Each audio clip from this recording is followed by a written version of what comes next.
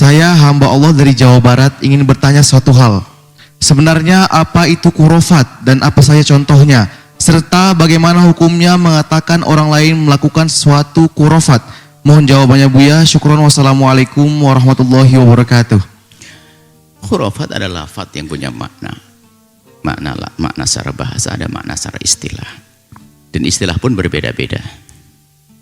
Istilahnya menurut kelompok berbeda dengan istilah kelompok yang lain. Kalau khurafat itu ada hadis khurafah. Itu kisah pada zaman Nabi. Nabi bercerita kepada istri beliau tentang satu hal.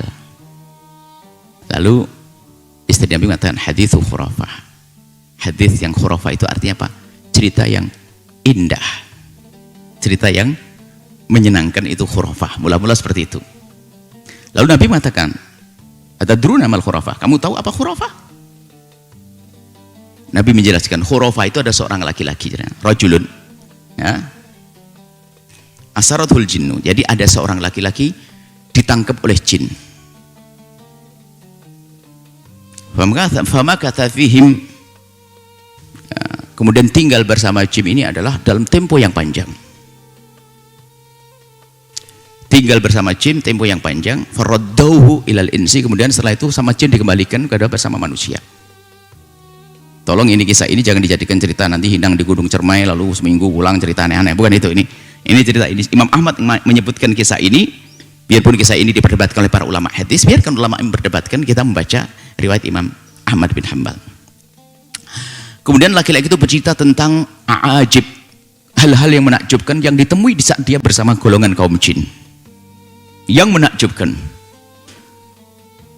buah menakjubkan, kisah-kisah aneh-aneh. Lalu setiap orang mendengar cerita aneh itu disebut hadithu khurafah. Ceritanya khurafah. Khurafah itu nama orang. Jadi khurafah itu nama seseorang. Aslinya begitu. Ini kisah kembali kepada. Jadi khurafah itu kisah nama orang yang waktu membaca cerita yang unik dan aneh di saat dia bertemu dengan kaum jin. Ini adalah kalau kita kembalikan pada nama dan kisah yang ada pada zaman Nabi. Biarpun setelah itu diperdebatkan tentang kebenaran hadis ini. Oke lah, kita pinggirkan ini, kita kembali kepada makna khurafat. Secara bahasa dulu khurafat itu dari kharaf. Kharaf itu adalah orang yang rusak akal. Apa? Kharaf itu kerusakan akal. Kalau kharufar rajulu, orang yang rusak akalnya. Kharufar rajulu, orang yang rusak akalnya.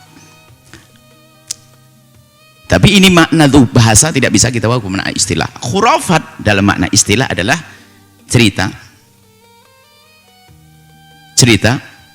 bisa saja benar ditambahi sesuatu yang tidak benar, atau murni tidak benar yang sudah menjadi sebuah keyakinan di masyarakat dan disebarluaskan. Kurang lebihnya seperti itu. Berarti sesuatu yang benar tapi ada tambahannya, atau sesuatu yang murni tidak benar, termasuk di dalamnya nanti mitos dan sebagainya itu. Nah, cerita yang tidak benar disebarkan itu nanti kalau kita sebarkan khurafat itu, kalau kita bagi lagi cerita khurafat tadi bertentangan dengan syariat, harus kita buang.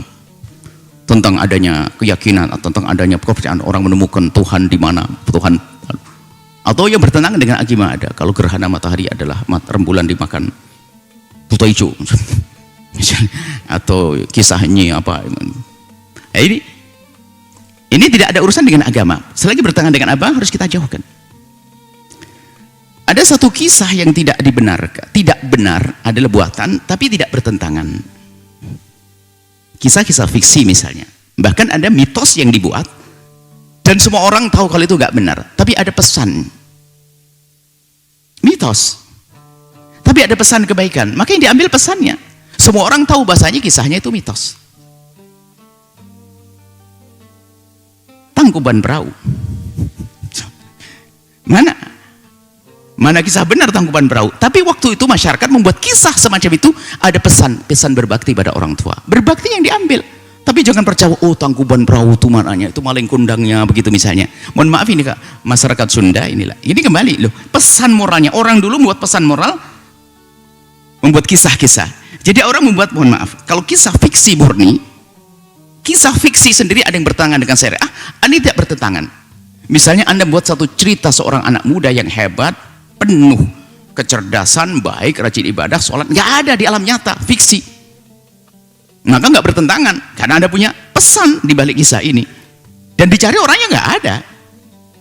Di alam nyata nggak ada. Yang nggak boleh adalah ada orang namanya Ahmad atau Ali, engkau sakit Buya Yahya misalnya, Anda mau cerita yang aneh-aneh, Anda dusta. Nah, kemudian jadi ada yang cerita yang disampaikan itu bisa saja memang itu kalau begitu masuk khurafat ada memang tidak pernah terjadi lalu menjadi sebuah keyakinan. Tapi kalau sesuatu pernah terjadi ada tambahannya, yang khurafat tambahannya tadi. Ada cerita tentang biasanya kita suka nambah-nambah cerita kan. Cerita tambahan. Sebetulnya ceritanya hanya begitu saja. Seorang laki-laki datang ke masjid, sholat, Masya Allah menangis ke dia. Ditambahan, oh waktu mau masuk masjid tadi begini, tambahannya. Nah ini orang biasa suka pendustain, nambah. Pendusta yang canggih itu adalah menumpangkan dustanya di balik kisah nyata. Oh, ini bahaya sekali. Lah ini khurafat di sini yang paling berbahaya. Kadang ditempelkan di agama. Nah mungkin ini loh yang sering diantem orang tentang khurafat, cerita benar ditumpangkan dalam urusan agama. Cerita dusta ditumpangkan dalam kebenaran, ditumpangkan ya tambahan tadi sehingga cerita aslinya ada, tumpangkan di balik ini. Nah jadi khurafat itu adalah memang sesuatu yang bertentangan dengan kebiasaan, kadang bertentangan dengan akal, bertentangan dengan keyakinan, kemudian disebarkan. Itu khurafat. Lalu bagaimana? Maka kita temukan di alam nyata ini sebagian orang mengatakan khurafat, bagi bukan khurafat. Bukan khurafat dikatakan khurafat. Sebagian yang anti, mungkin anti, orang yang anti, misalnya ada sekelompok yang semoga Allah berikan hidayah, anti tasawuf, yang mengingkari pelajaran tasawuf, anti akidah ahli sunnah wal jamaah misalnya. Ahli sunnah wal jamaah mempercayai adanya namanya karamat misalnya. Sehingga orang Mu'tazilah atau mengambil pemikiran Mu'tazilah yang anti keramat, dia mengatakan keramat adalah kisah khurafat. Ayo. Jadi keramat, menurut orang yang mempercayai keramat adalah benar, tapi orang yang tidak percaya dengan keramat adalah kisah khurafat.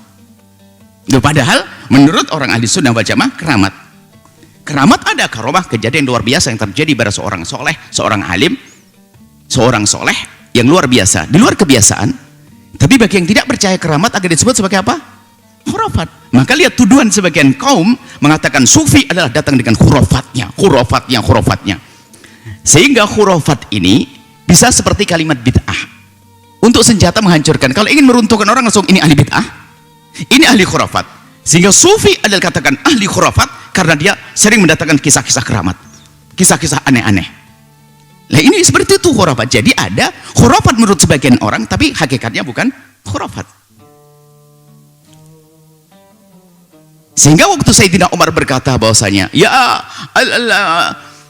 Sariyah al-Jabala. Sayyidina Umar di tempat yang jauh ternyata pasukan mendengar suara Sayyidina Umar. Kalau kita ahli sunnah wal jamaah, ahli hak mengatakan bahasanya itu keramat Sayyidina Umar. Yang lain mengatakan tidak logis, itu khurafat. Dari mana? Tempat yang jauh, belum ada handphone, belum ada telepon, tidak ada khurafat. Loh, begitu mudah mengatakan khurafat dan itu kesalahan terjadi. Beginilah kisah khurafat. Makanya untuk menyatakan khurafat yang batil yang harus diingkari ini harus kita lacak siapa yang melakukannya dan kisahnya seperti apa. Maka jangan juga gampang Anda mengatakan khurafat. Coba saja Anda lihat sekelompok kaum muslimin menuduh ulama-ulama negeri kita ini dengan tradisi-tradisi hebatnya, kaum tasawufnya, lihat khurafat. Jadi ini istilah dipakai sebagian orang untuk menjustis, untuk menghukumi saudaranya sebagai orang keluar dari wilayah iman, termasuk kayak bid'ah, ini bid'ah, maulid bid'ah, ini bid'ah, semuanya bid'ah. Jadi seperti itu.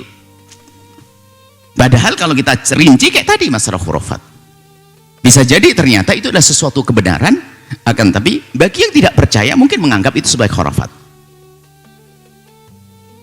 Selesai di sini. Kemudian bicara tentang karomah.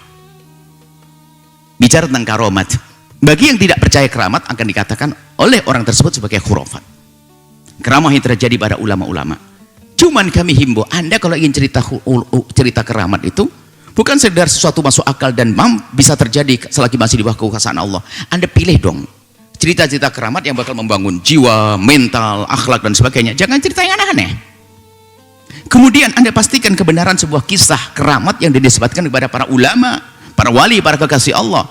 Jangan Anda latah ceritakan. Sebab banyak orang itu berdusta atas nama kiainya. Kenapa? Pokoknya dia pengen membuat cerita 1000 keramat tentang kiainya. Biar kiainya terangkat, dia numpang. Dia dapat keramat gandul, dia numpang. Karena kiainya hebat, dia juga hebat. Jadi ada atba pengikut berdusta atas nama gurunya dengan menyusun cerita-cerita keramat. Bisa saja semacam itu. Tapi Anda pun juga tidak boleh menuduh, Allah kamu muridnya. Oh enggak, bisa jadi dia menyaksikannya. Tapi memang kalau kami bercerita tentang keramat guru kami, tentang sesuatu yang luar biasa, maka Anda selagi ini tidak bertentangan dengan syariat, masuk keramat, oh kiai saya nggak sholat, bukan keramat itu.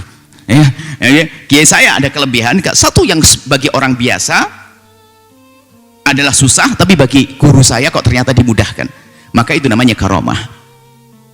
Lalu kami bercerita kepada Anda boleh kok tidak percaya. Bukan karena masalah Anda tidak percaya kepada keramat, Anda percaya dengan keramat, tapi Anda tidak percaya karena saya yang bercerita, itu sah. Makanya kalau perbedaan menerima cerita keramat sederhana. Ada ulama yang ada di Maroko dengan tentang keramatnya. Boleh Anda yang dari Jawa tidak percaya dengan keramat, ia sebutkan ulama Maroko. Ada ulama Hadramut menceritakan kisah keramat, Anda boleh tidak percaya. Ada ulama Jawa lalu Anda hidup di Maroko sana, Anda boleh tidak percaya. Karena permasalahan menceritakan adalah kita bisa berbohong. Tidak percaya. Tapi tidak percaya bukan berarti langsung mendustakan, mengatakan oh itu khurafat. Oh enggak. Diceritakan saya tidak percaya karena masa seperti itu. Tapi mendustakan nggak bisa. Karena Anda dari mana Anda bisa mendustakan? Karena itu mungkin terjadi kok. Sebagai sebuah keramat mungkin terjadi.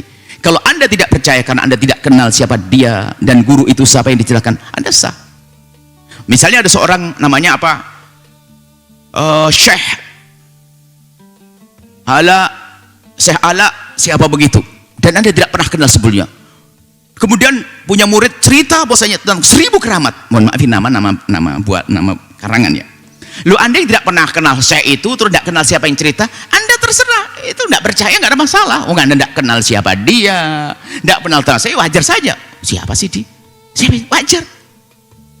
Maka Anda yang muridnya Syekh Ala tadi misalnya nggak perlu marah-marah. Oh memang guru Anda tidak kenal oleh ini. Lah, kalau sama gara-gara tidak kenal bukan berarti kita saling mencaci. Oh dasar kau pendusta, pembual, kau bawa khurafat. Ya nggak boleh dong. Ini kan adab. Hari ini semuanya seperti kayak Tuhan tahu ini pasti bohong lah, ini pendusta sana. Wah khurafat. Yang benar hanya dia saja pengen jadi nabi.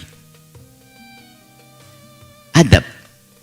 Baru nanti kalau kisah-kisah keramat yang keluar syariat, keluar daripada syariat, maka kita pinggirkan. Jangan menisbatkan pada imam-imam besar.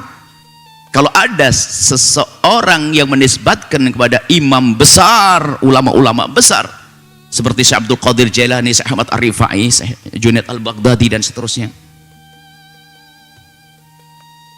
Kemudian itu ada kisah di mana? Di Mesir sana.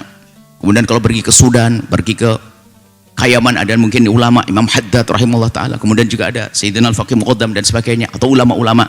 Lalu Anda mendengar cerita-cerita tentang Syekh Abdul Qadir dan Syekh Ahmad Rifai yang bertentangan dengan syariat, ya jangan dipakai dong. Yang jadi masalah kita ini sudah terlanjur benci sama orang Mesir, langsung wah nggak bener ini, langsung kita ini khurafat dah. Gara-gara benci sama orang Jawa langsung wala khurafat ini. Gara benci sama orang Maroko, lah kenapa kita kok bicara dengan gaya kebencian itu? Coba pakai cara berpikir yang ilmiah, semacam itu. Kalau memang ternyata itu adalah memang dusta, bertentangan dengan syariat, ngomong, oh saya itu nggak sholat sudah biasa, saya sudah sampai kepada Allah. Nggak sampai, orang nggak sholat kok sampai kepada Allah. Itu keramat, bukan keramat, itu kebatilan. Orang nggak sholat kok sampai kepada Allah. Ini misalnya keramat. Kita bisa memilah, jadi gitu loh. Jadi maksud kami adalah sejukkan hati dulu. Lepaskan kisah kebencian, dengki, dendam. Kemudian setelah itu kita menyikapi pembahasan-bahasan saya ini ada dengan ilmu. Kalau dengan hawa nafsu lihat caci maki Allah-Allahan. Sehingga dikit-dikit mengatakan itu adalah takhayul, itu khurafat.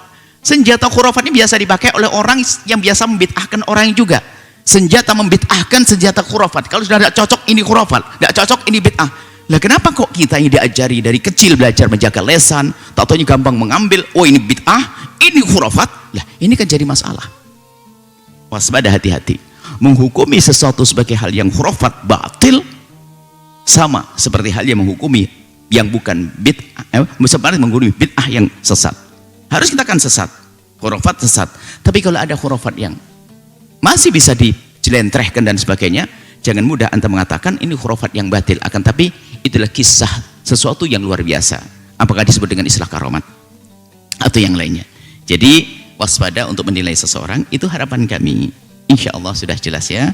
Jangan gampang anda menilai orang lain dengan penilaian yang negatif, apalagi berkenaan dengan hal-hal yang sifatnya khariqun lil adati, keluar dari kebiasaan. Tapi tolong, hei para ustadz, para pembimbing, tidak perlu kita mendatangkan kisah, biarpun anda melihat sesungguhnya kejadian yang luar biasa pada guru anda, tapi orang nggak mampu menerima nalarnya. Bukankah para kekasih Allah sudah disebutkan dalam kisah para wali-wali? Para kekasih Allah itu kalau mendapatkan karomat, disembunyikan karomat itu. Seperti seorang perempuan menyembunyikan darah haid, bukan diobral. Apalagi jika orang awam tidak mampu menampungnya. Bisa malah salah faham, jadi fitnah dan seterusnya. Anda pandai-pandai dong memilih apa yang harus anda ceritakan. Keramat yang paling hebat dari Imam Syafi'i adalah ilmu yang tersebar ke penjuru dunia. Keramatnya Imam Nawawi karangannya banyak yang bisa dibaca oleh semua orang. Gak usah cerita yang lain-lain. Itu saja keramat-keramat istiqomah. Dikatakan afdalul karamat, jangan cerita yang aneh-aneh juga. Supaya tidak anda jadi bahan untuk dihantam oleh sebagian orang dengan istilah khurafat-khurafat, padahal itu bukan khurafat. Atau karena anda tidak selektif dalam memilih kisah, bisa jadi anda termasuk penukil khurafat yang sesungguhnya. Maka waspada. Nuhibbukum fillah, mencintai semua karena Allah. Semoga Allah jadikan kita hamba yang saling mencintai. Allah menjadikan kita juru damai di negeri ini. Setelah anda menyaksikan video ini, jangan lupa berselawat kepada baginda Nabi Muhammad sallallahu alaihi wa alihi wa sahbihi wasallam.